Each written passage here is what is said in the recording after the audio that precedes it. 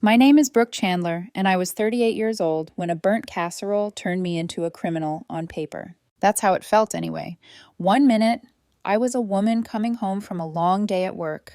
The next, I was standing in my living room with my hands cuffed behind my back, casserole splattered across my shirt, listening to my boyfriend sob to the police about how I'd attacked him. But that's getting ahead of myself. 4 days before I ended up in county jail, my life still looked normal enough from the outside. I lived in a nice suburban house with my boyfriend Ethan, 36. We'd been together for 11 years. We had a shared mortgage, a shared Netflix account, and this unspoken agreement to never bring up marriage or kids for more than a minute at a time. Every time I mentioned it, he'd say, "Next year, when things calm down, when the timing's better." After a while, I stopped asking. That should have been red flag number one. Looking back, there were 100 others I folded up and tucked away in the junk drawer of my mind. That Thursday night, I pulled into the driveway around 7. My office had been chaos. Big project. Last-minute fires to put out.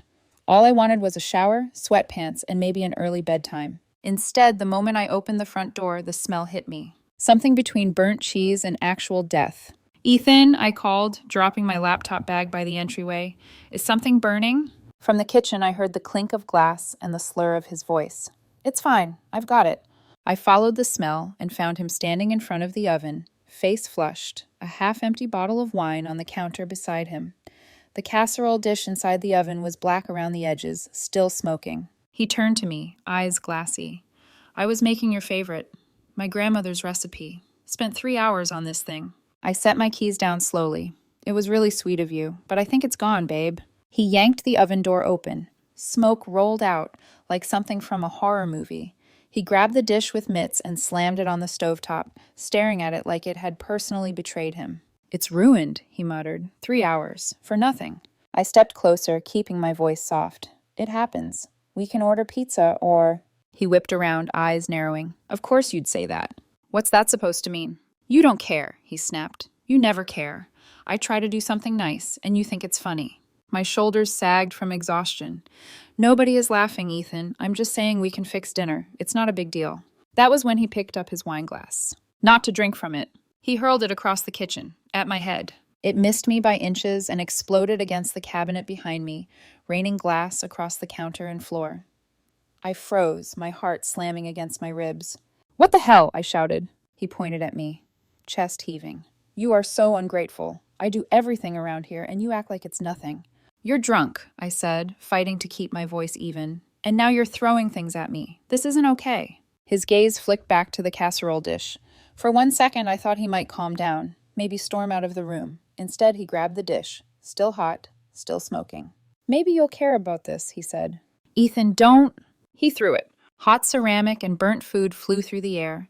The dish clipped my shoulder and forearm before it shattered on the floor, sending a wave of heat across my skin. I screamed. Later, the doctor would call them first-degree burns. In the moment, it just felt like fire licking my arm. Instinct took over. When he reached for another object, God knows what, I closed the distance and grabbed his wrists. "Stop!" I shouted. "Just stop!" He started screaming too, but not like a man in a fight, like someone performing a role. "Get off me!" he howled. "You're hurting me! Help!" I let go immediately, backing up, hands raised. "I'm not touching you. Ethan, stop it. Just stop." He staggered back, breathing hard. And then I watched it happen, the switch in his eyes from rage to something sharper, more focused. Calculation. He grabbed his phone from the counter. "Don't do this," I whispered. He hit the emergency call button anyway. "Hello, 911?" His voice shook, practiced terror seeping in. "My girlfriend is attacking me. Please, you have to hurry. She hit me, and she won't stop." My blood ran cold. "I didn't hit you," I said, voice small, even to my own ears. He turned his back to me, hunching his shoulders, like he was protecting himself. "I'm scared," he said into the phone, adding a sob for good measure. "Please hurry." The next 8 minutes stretched into forever. I stood there in our wrecked kitchen, shoulder throbbing, arms stinging, glass glittering on the floor like ice. I thought about grabbing my phone and recording him, but I was in shock. This was the man I'd shared a bed with for over a decade. The man who knew how I took my coffee and which side of the bed I couldn't sleep on without. He'd just lied to the police about me without blinking. Red and blue lights flashed outside the window. They came in pairs. 2 officers, one male, one female. The female officer's eyes that swept over the scene. Broken glass, casserole sludge on the tile, me covered in food, a red patch already blooming on my arm. Ethan stood near the island, wrists pink where I'd grabbed them, eyes wide and glistening. "Ma'am," the male officer said, "I'm going to need you to step away from him." "Wait," I said quickly. "He threw the glass. And the dish. Look at my arm." The female officer moved toward Ethan. "Sir, are you okay?" He nodded shakily. "She just snapped. I burned dinner and she lost it. She grabbed me, threw me into the counter." He held up his wrists like they were broken. I thought she was going to really hurt me. "That's not what happened," I protested. "He was drunk. He threw—" "Ma'am," the male officer interrupted, voice firm. "Step over here, now." I stepped where he pointed, heart pounding. "Turn around for me," he said. "Why?" My voice cracked. "I'm the one who got hit." "Turn around, ma'am." I did. The cold metal of the handcuffs bit into my skin. I stared at the wall, listening to the female officer murmur comfort to Ethan while I was let out of my own house like a dangerous animal. "Officer, please," I tried again as we reached the front door. "There's broken glass where he threw the wine. The burns on my arm." "Save it for the judge," the male officer said. "Right now, we're just trying to keep everyone safe." Safe. My neighbor's curtains twitched as I was walked down the driveway in cuffs, casserole still drying on my clothes, hair smelling like smoke. I wanted to scream that this wasn't real, that I was the one who'd been attacked. Instead, I sat in the back of the patrol car and watched my house shrink through the window. Booking was a blur of fluorescent lights and humiliation. Fingerprints. Strip search. A mugshot I knew would live online forever if anyone cared enough to look. An officer glanced at the burns on my arm and shook his head. "You should have walked away before it got to this," he muttered. I didn't bother arguing. They gave me a scratchy uniform and a thin blanket, then locked me in a cell that smelled like sweat and bleach. I had one phone call. I dialed my older sister, Hannah. "Brooke," she answered, voice thick with sleep. "It's almost midnight. What's—" "I'm in jail," I said. Silence. Then, "What?" "Ethan called the cops. He said I attacked him." "That's insane. You wouldn't hurt anybody." "Tell that to the officer who just took my mugshot," I whispered. She promised to find my business lawyer's card, to start making calls in the morning. For the rest of the night, I lay on a plastic mattress, my shoulder aching, my mind replaying the moment Ethan's eyes went from angry to calculating. The public defender they assigned me the next day couldn't have been more than 25. He skimmed my file, then looked up with practiced boredom. "Best thing you can do is plead guilty to a lesser charge," he said. "Take some anger management classes, probation, and move on with your life." "I didn't do anything," I said. "He attacked me." "That's what everyone says." In the holding area later, an older woman in an orange jumpsuit laughed when I told her why I was there. "Let me guess," she said. "He hit you. You tried to stop him. Now you're the bad guy." I stared at her. "Pretty much," she snorted. "Hope you got cameras in that fancy house of yours." "Cameras!" My heart stuttered. 2 years ago, after a break-in down the street, Ethan and I had installed a security system. Full coverage, audio and video. The kitchen included. I didn't have my phone. They'd taken it when they booked me. But my sister had access to our cloud accounts. My business lawyer knew his way around contracts and NDAs. Criminal law wasn't his specialty, but he knew someone. By Monday morning, my real lawyer showed up. A woman in her 40s with sharp eyes and a notepad already half filled. "You have home security footage?" she asked. "With audio," I said. "The whole thing should be on there." Her eyes lit up. "Good. Let's get you out of here." The arraignment was Tuesday afternoon. The prosecutor, a woman with a tight bun and tighter expression, read out the charges: assault, domestic violence, battery. Ethan sat on the other side of the room, wearing a neck brace like I'd body slammed him into a wall instead of backing away with my hands up. My new criminal lawyer stood. "Your Honor," she said, "we have security footage from my client's home, with audio, that directly contradicts the alleged victim's statement." The judge's eyebrows rose. "Video evidence?" "Yes, Your Honor." He motioned for the bailiff to bring over the laptop. As he put on his glasses and clicked play, my whole body went rigid. That footage contained my entire life. The truth, the lie, and the moment everything shattered. I held my breath as the screen began to glow. The judge watched the video in silence. From where I sat at the defense table, I could see the reflection on his glasses. Our kitchen, the broken wine glass hitting the cabinet behind my head, Ethan's arms swinging, the casserole dish flying, the moment it smashed into my shoulder. We all listened to my own voice echo through the tinny speakers. Stop, just stop. Hands on his wrists for 2 seconds. Me backing away with my palms up. Ethan staring at me, chest heaving, then turning toward the counter, picking up his phone. Hello, 911, my girlfriend is attacking me. The judge's jaw tightened. He hit pause. The prosecutor's smug expression faltered, just enough for me to notice. Ms. Chandler, the judge said slowly, this footage was taken from your home's security system? Yes, Your Honor, I replied, my voice barely above a whisper. It uploads automatically to the cloud. My lawyer cleared her throat. We can provide full timestamps and verification from the security company, as well as the unedited file, if necessary. The judge turned to the prosecutor. Have you seen this evidence? She shifted in her seat.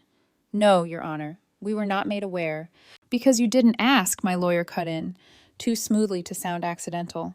You assumed my client was guilty and moved forward on the alleged victim's statement alone.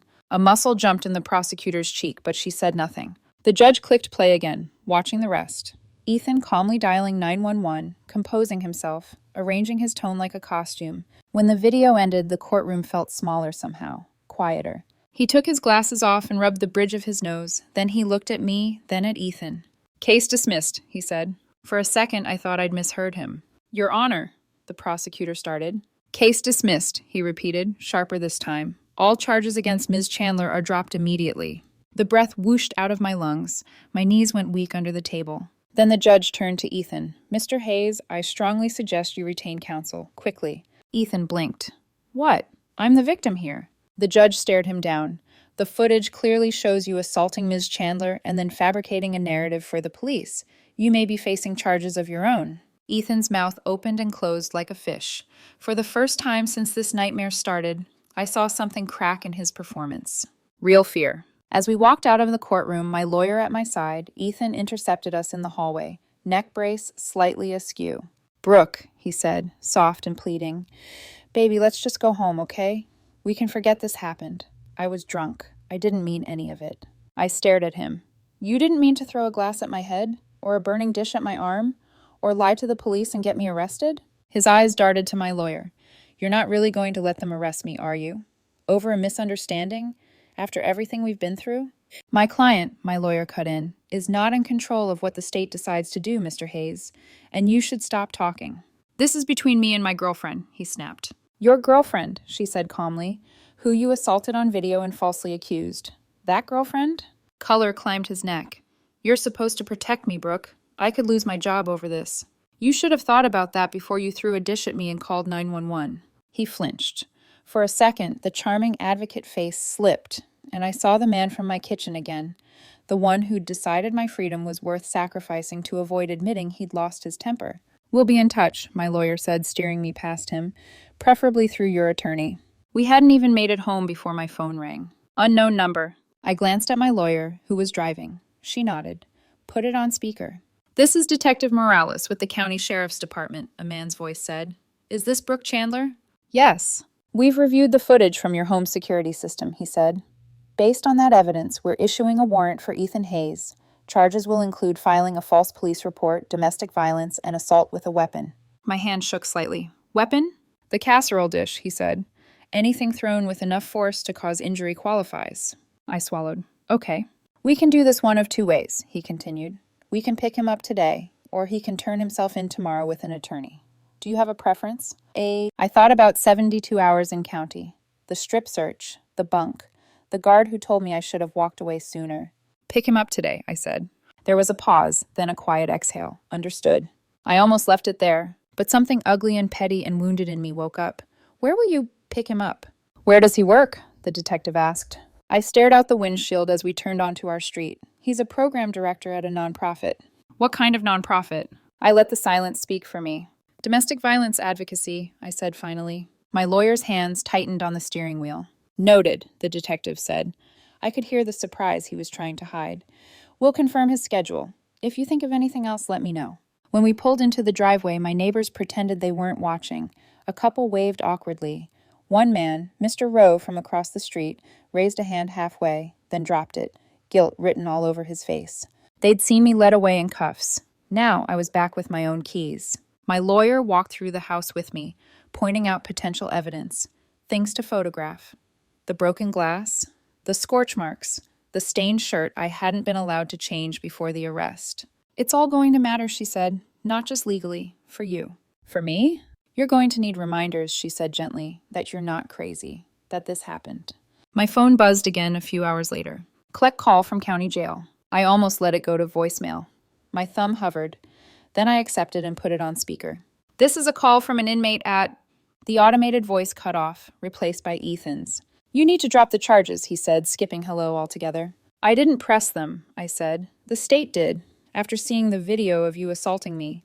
This is ridiculous, he snapped. I barely touched you. I looked down at my arm, still bandaged. The skin under the gauze throbbed. You threw a hot casserole dish at me, I said.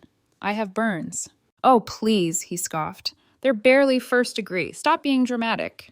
The cognitive dissonance made my head spin. You realize this call is being recorded, right, Ethan? Silence. Then his voice dropped, cold and tight.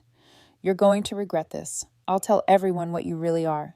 What I really am, I asked. An abuser who made you throw a dish? You manipulate people, he hissed. You twist stories. I'm not letting you ruin my life. He hung up. The quiet afterward felt louder than the call. That'll be useful, my lawyer said from the sofa where she'd been listening. Minimizing your injuries. Admitting he threw the dish. Threatening you. All on tape. Useful, I repeated, sinking into the armchair. Sure, that's one word for it. It took less than an hour for the next call. His mother. I almost didn't answer, but curiosity won. How dare you, she said, skipping any greeting. Her voice was sharp enough to cut glass. How dare you have my son arrested? He assaulted me and lied to the police, I said. They saw the video. He's a man, Brooke. He would never hurt a woman. She spat the words like they were obvious, immutable facts. You're twice his size. I'm 2 inches taller and 10 pounds heavier, I said slowly. And that justifies what, exactly? Throwing things at my head? You are ruining his life over nothing. Nothing? My laugh came out brittle. He got me arrested. I spent 3 days in jail because he told the cops I attacked him. You're supposed to protect him, she snapped. You're his partner. That means you stand by him. Protection doesn't include taking the fall for crimes I didn't commit. She unleashed a string of insults that sounded rehearsed, manipulative, unstable, vindictive, like she'd already workshopped them with someone. Then she hung up before I could answer. My phone stayed quiet for a while after that. I sat in my living room, surrounded by half-cleaned chaos, and tried to make sense of the fact that in Ethan's world, I wasn't a person who'd been hurt. I was an obstacle, a problem to be managed, someone to blame. My lawyer stood up to leave, stacking her files. This is how it starts, she said. He tried the system. That didn't work. Next, he'll try public opinion. What do you mean? She glanced at my phone, now dark on the coffee table. Get ready, Brooke, she said. He's not going to accept reality quietly. Men like Ethan never do. I didn't realize how right she was until the next day, when my brother-in-law texted me a screenshot. It was Ethan's face, staring straight into the camera in a long, heartfelt Facebook post. Caption: When the system fails male victims. Ethan's face filled the screenshot on my phone. Red-eyed, tragicking, framed in soft living room lighting. The kind of lighting he used when filming fundraising videos for his nonprofit. Warm, vulnerable, believable. His post was nearly a full essay. It began with, "This is the hardest thing I've ever had to write. When the woman you love turns violent, you never expect the system to turn against you." I stared at the words, my chest tightening with each sentence. He wrote about being terrified when I snapped. He wrote about years of emotional neglect. He wrote about being thrown across the room. He wrote that he barely escaped with his life. Then, I can't share the video, but trust me, it's not what she's making it out to be. Please pray for me during this injustice. The comments piled up fast. We believe you, Ethan. Male victims always get ignored. Stay strong, King. Woman wrote. Sounds like she edited that footage. Deepfakes are everywhere now. Another. Women get away with anything because the courts always side with them. I felt my throat close. This wasn't just a lie, it was a campaign. Like my lawyer predicted. I scrolled through those comments until they blurred. There were shares, reposts, strangers tagging friends, saying things like, "Another man being destroyed by a crazy girlfriend." My hands shook. "How can anyone believe this?" I whispered. "Because he's good at it," my sister said later when she came over to sit with me. "He's trained for this. He knows how to sound like a victim. He spent years advocating for DV survivors. He knows the language, the tone, the angles. He's basically weaponizing everything he learned. I sank deeper into the couch, nausea rising. I can't fight an entire internet. You don't have to, she said simply. She stood, walked to the kitchen counter, grabbed her phone, and opened the cloud folder I'd given her access to. She tapped on the video file. Are you sure? I whispered. Her jaw clenched. He escalated, so we escalate. She posted the full, unedited video of the incident onto her Facebook page and Instagram account with a single caption. Since my dear ex-brother-in-law wants to lie online, here's the truth. Unedited, with sound. It took 8 minutes for her post to start spreading. By the 1-hour mark, it had been shared hundreds of times. By the next morning, 10,000. By noon, 20,000. The comments flipped. He threw that dish at her. He literally called 911 right after. He's performing. This guy teaches DV prevention? What a joke. This is why real victims, especially men, don't get believed. His acting is insultingly bad. Ethan's page went dark. No posts, no comments, no likes. His nonprofit made a statement within 24 hours. We do not condone domestic violence in any form. Effective immediately, Ethan Hayes has been placed on leave pending an internal review. Then, 12 hours later, Ethan Hayes is no longer affiliated with our organization. I read the announcement twice, then a third time. Part of me expected to feel triumphant, vindicated. But all I felt was tired. So tired. 2 days later, I got an email from Ethan's lawyer requesting mediation. My lawyer read it over, muttered a quiet, "of course," and scheduled the meeting. We arrived at the mediation office on a gray Friday morning. The conference room was small, sterile, and cold.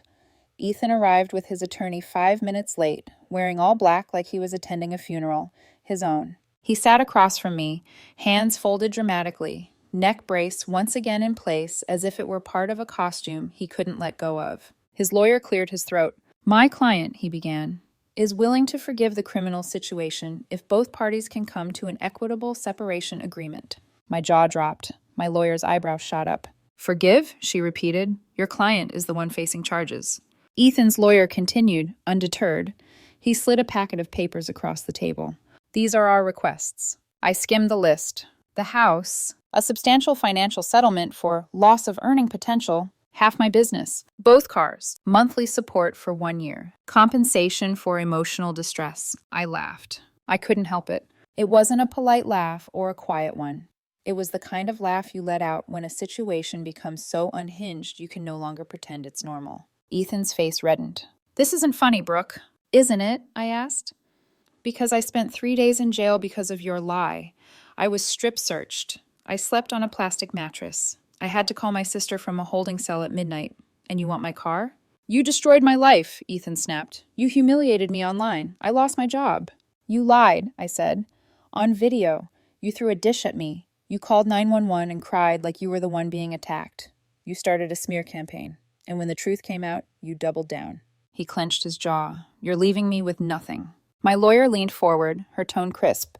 Mr. Hayes brought debt into this relationship.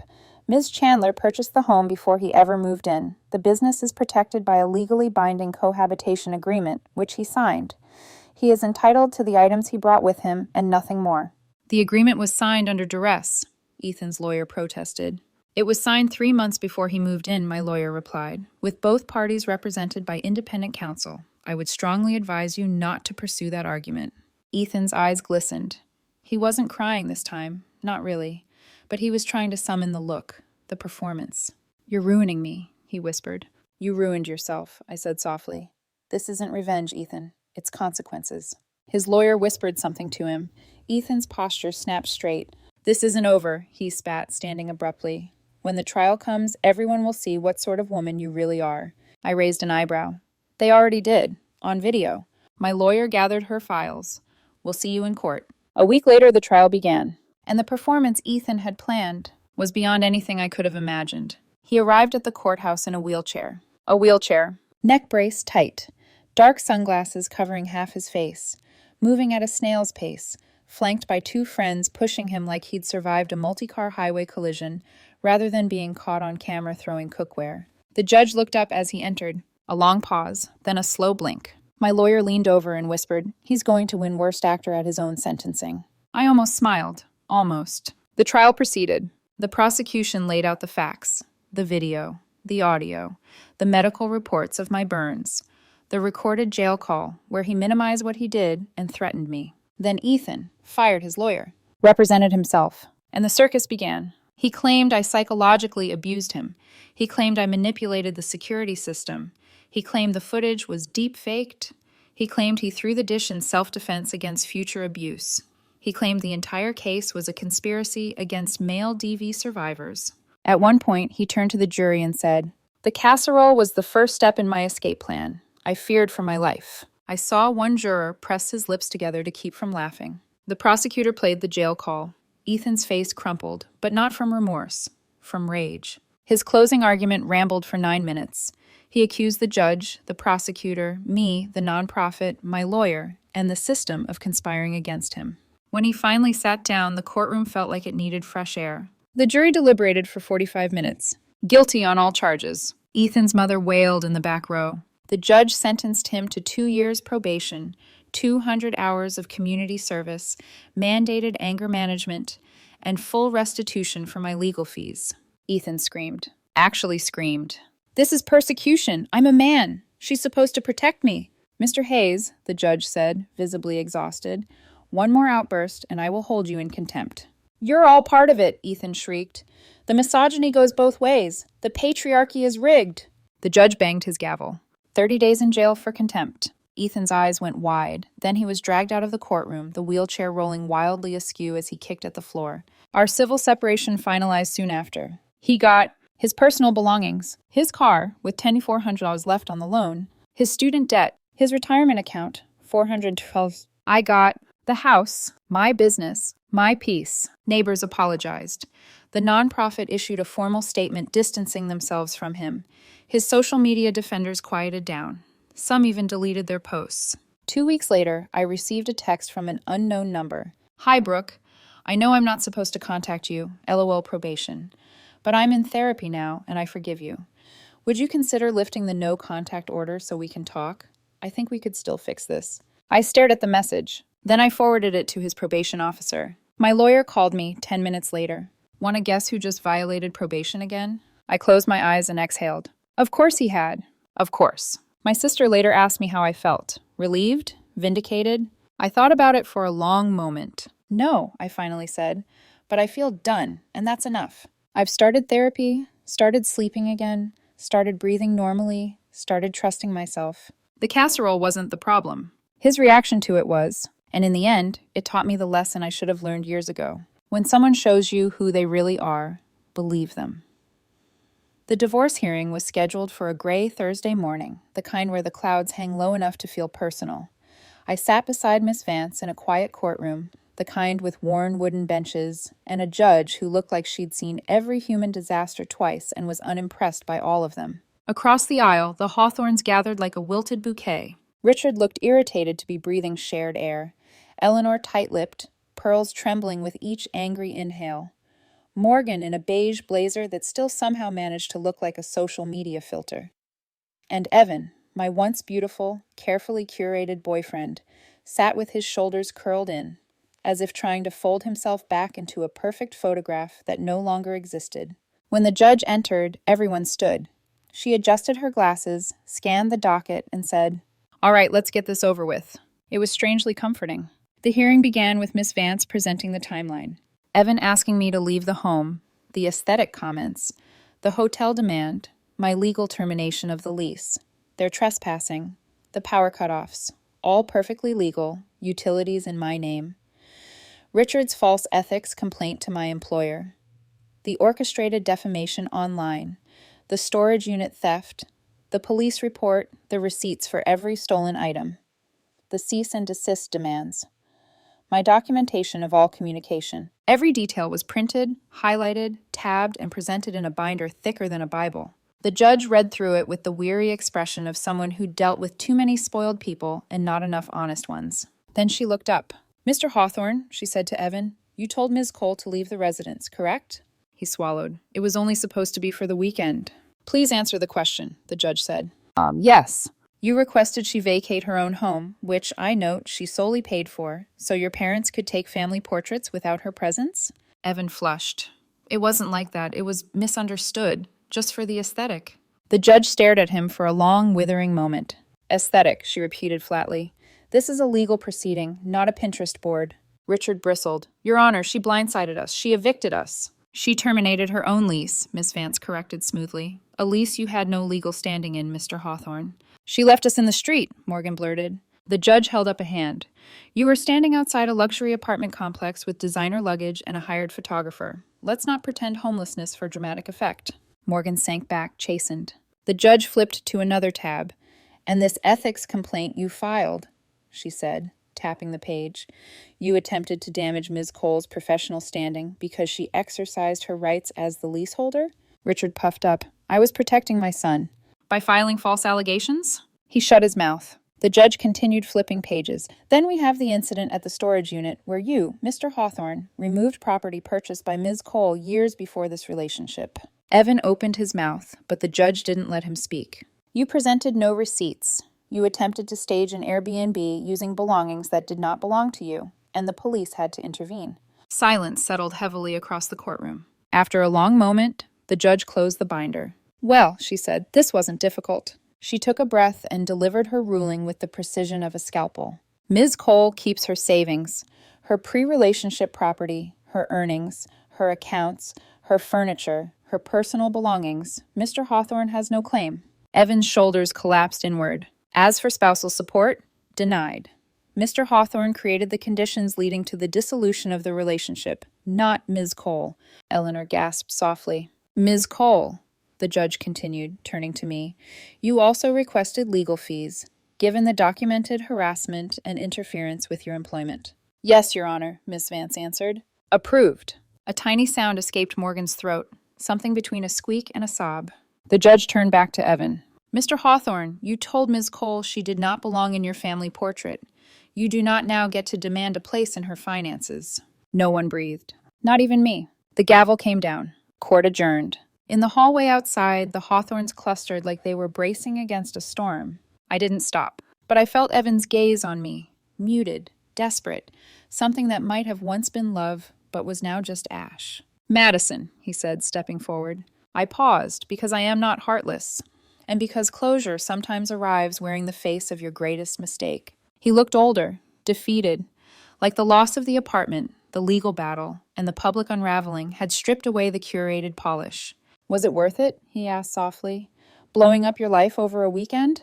I looked at him for a long moment, at the man who'd once kissed my forehead while I fell asleep on spreadsheets, at the man who told me I didn't fit the aesthetic, at the man who let his parents treat me like an accessory they could crop out, at the man who stole from me rather than apologize, at the man who weaponized my career because he lost control of the narrative. I finally said, I didn't blow up my life, Evan. I just stopped letting yours consume mine. He blinked, wounded. We're family, he whispered, a last-ditch tug toward the familiar chain he used to pull. No, I said gently. You have your family. I have my freedom. And with that, I turned and walked out of the courthouse. The fallout came quickly. Through a mutual acquaintance, I heard Richard and Eleanor had retreated to their primary home in Connecticut, finances strained from legal bills and hotel charges. Their beloved summer home, once flaunted on social media, was heavily mortgaged. They were furious with Evan, furious with Morgan, furious with the optics, and furious with me, though they no longer had the standing to lash out.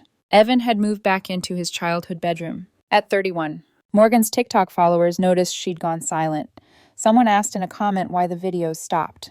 She replied with a vague, moody quote about betrayal. No details, no accountability. As for me, my life did not collapse. It expanded.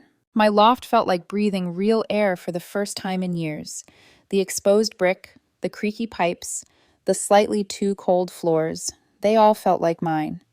I bought the unit a month later with a down payment that had once been earmarked for a future Evan had no place in. Work flourished too. Caroline, the VP, stopped by my desk one afternoon, leaned against the doorframe and said, "You keep good records. Upper management needs that." I got the promotion. And the salary bump nearly erased the financial sting of the lease break fee. One night, leaning against the kitchen island in my little industrial sanctuary, I found myself laughing. Not at the absurdity of the past months, but at the realization that for the first time in years, there was no one in my life who would ever look at me and say I didn't fit the aesthetic. I fit my own, perfectly. 6 months passed. It's strange how a life can unravel in hours, but rebuild itself quietly, piece by piece, until one day you look around and realize, I'm not surviving anymore, I'm living. The loft became my sanctuary. I painted one wall a deep forest green, hung floating shelves for my books, and positioned my leather chair, the same one Evan tried to steal, in a sunlit corner near the window. Morning light hit it just right, warming the grain and softening the edges. I liked that. I liked how nothing in the apartment matched perfectly, how the exposed pipes hummed at night, how the brick was uneven in places, how the old radiators clicked in the winter.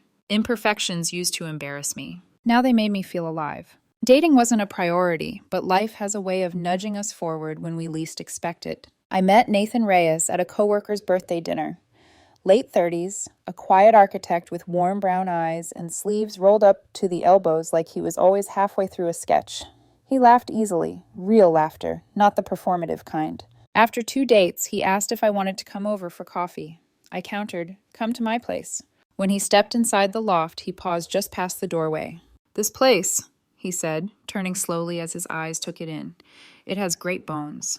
I smiled, leaning against the counter. "Some would call it rustic." He grinned. "Rustic means it can handle being lived in. It means real, honest, not staged."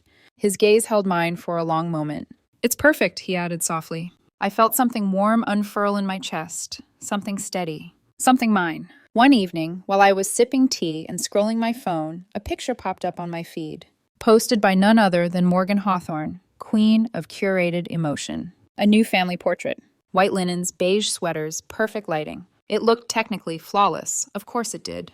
But the energy was wrong. Richard looked slightly swollen, face flushed. Eleanor had a brittle smile stretched too tightly. Morgan looked weary, makeup trying to hide the cracks. And Evan? He looked small. His smile didn't reach his eyes. There was a space beside him, an obvious gap where a partner should stand. Someone had tried to fill the spot with a tall vase of pampas grass. But it only made the absence louder. The comments were off. I stared at the photo for a long time, tracing the outlines of their pastel perfection.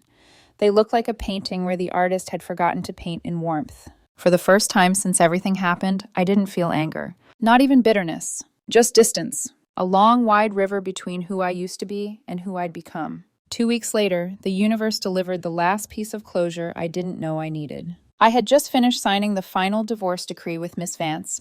Clean break, no outstanding obligations, legal fees awarded, when the elevator doors opened and Evan stepped out. He froze when he saw me. I froze too. He looked tired. Or maybe the word was faded. His hair was a little too long. His coat was unbuttoned. The perfection was slipping. "Madison," he said, his voice soft and strained. I took a breath. "Hi." For a moment, nostalgia flickered between us. Ghost-like. Late-night takeout, shared playlists, his head resting on my stomach while he pretended to like sci-fi movies. He looked at the folder in my hand. "So it's done," he whispered. "It is," I said. He swallowed hard. His eyes glistened, like he was fighting something he couldn't name. "Was it worth it?" he asked. "Blowing up your life over a weekend?" The question didn't hurt like he wanted it to. It didn't hurt at all. I looked at him. The man who told me he loved me while planning to crop me out of his family photos. The man who stole from me because he couldn't handle losing control. The man who let his parents shape his relationships like they shaped their living room. And I said the truest words of my life. "I didn't blow up my life, Evan," I said quietly. "I finally arranged it the way it should have been." His mouth trembled. "We were family." "No," I said, gentle but solid. "You have your family. I have my freedom." He opened his mouth as if to say more, but the words never came. I stepped past him, walked out the front doors of the legal building, and into the late afternoon sunlight. It was bright, natural, unfiltered. And for the first time in years, I felt like I didn't need to fit any aesthetic. I fit myself, perfectly.